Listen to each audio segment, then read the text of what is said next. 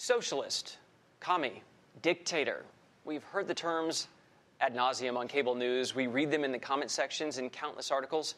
Terms that were once just part of your high school government class are now part of everyday political speak. Alex Miller joins us now.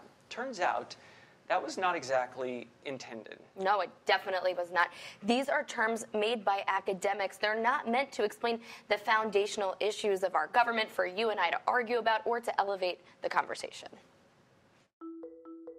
Cable news can be a food fight of political science terms. The left is more interested in, socialism and communism themselves. Trump is an authoritarian personality. So you have a ton of celebrities who talk all about giving money away, and they want a socialist government. But does the average person know what any of these terms really mean, and does repeating them move the conversation forward? Experts say the short answer is no. I think when we say words like that, it moves us toward dumbing down the discussion.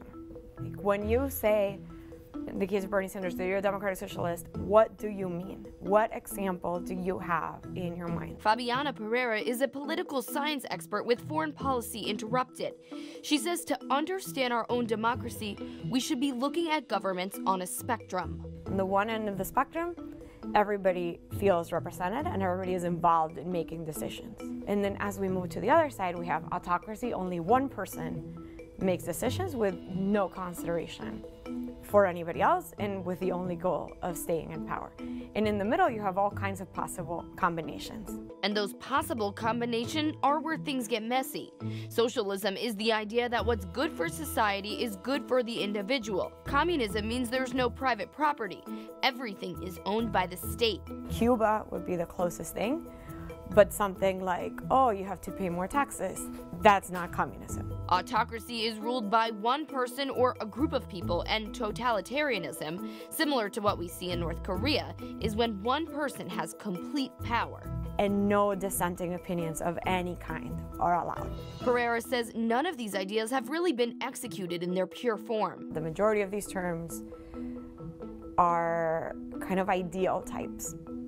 And nothing really looks in the real world kind of how it did when political scientists conceptualized it on paper. And for that reason, she doesn't believe it's helpful to use the terms in everyday life. These are political science terms. These are not for you to be thrown around in a televised debate. Instead, she encourages people to push the conversation to an informed level. Try to describe what they're seeing without giving it a term. There's nothing your congressperson can do or anybody can do, your mayor, your governor, if you just call and you're like, we're heading toward communism.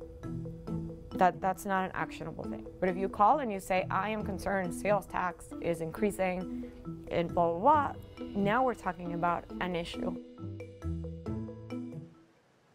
I think this is such an interesting topic. I'm so glad you broke it down like that, because you do hear out there, you always hear, he's a fascist, he's a despot, he's this or that, an oligarch, a kleptocrat. And people just, I think, throw around these words. When it seems like it really comes down to, in the last election, people didn't feel like they were being represented in Washington. Exactly, and she's getting her PhD, and she was telling me a little bit about the things to look for when you're deciding what kind of government this is, and that's what kind of representation does each person get, and how available is it for them to participate in the government. Okay. So for us, we have representation, and we have an ability to protest. We have the media. We can vote. So when you look at our government, that's what you can look at. The difference, or the big problem that we face in the U.S. is wealth inequality, and that trickles down into politics because most people can't make very large campaign donations. And the ones that can usually have their voices heard on these big platform issues. And so that's kind of where she says our democracy is having a little bit of trouble. Like a pharmaceutical company gets more representation than someone with a farm.